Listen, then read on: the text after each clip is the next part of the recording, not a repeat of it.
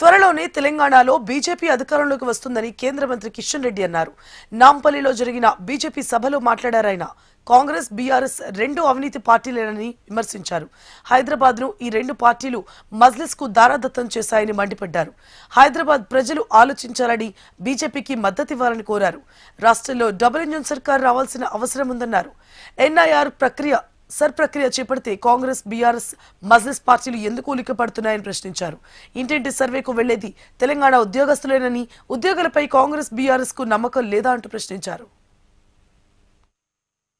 అన్ని కార్పొరేషన్ సీట్లలో భారతీయ జనతా పార్టీ గెలిచే విధంగా మనం సమగ్రంగా విశ్వాసంతో ప్రజల మధ్యకి వెళ్ళాలని చెప్పి నేను ఈ సందర్భంగా మనవి చేస్తాను. ఆ దిశలో మనమందరం అనుకుంటే ఈరోజు భారతీయ జనతా పార్టీకి ఎదురు లేదు. ఎందుకంటే ప్రజలు కావాలనుకుంటున్నారు, ప్రజలు స్వాగతం పలకాలనుకుంటున్నారు. భారతీయ జనతా పార్టీ కార్యకర్తలుగా ప్రజలు ఇచ్చేటువంటి ఆదరణను అందుకోవాల్సినటువంటి అవసరం ఉంది. ప్రజల ఆకాంక్షలకు అనుగుణంగా మనం ముందుకెళ్లాల్సిన అవసరం ఉంది. ఆ దిశలో తప్పకుండా మనం ముందుకెళ్ళాలి. ఈరోజు మనం చూస్తా ఉన్నాము, మోడీ గారు ప్రధానమంత్రిగా బాధ్యతలు చేపట్టి 12 సంవత్సరాలు పూర్తయింది. ఈ 12 సంవత్సరాలలో ఎన్నో అద్భుతాలు ఎవరు ఊహించని విధంగా, ప్రపంచమంతా నివ్వరపోయే విధంగా అనేక నిర్ణయాలు తీసుకున్నారు. నా భూతో నా భవిష్యత్ అనే విధంగా ఒక మంచి పరిపాలన మోడీ గారి నాయకత్వంలో దేశ ప్రజలు చవి చూస్తా ఉన్నారు. అది ఆర్టికల్ 370 కావచ్చు, లేకపోతే పాకిస్తాన్ ఐఎస్ఐ ఉగ్రవాద కార్యక్రమాలు కావచ్చు.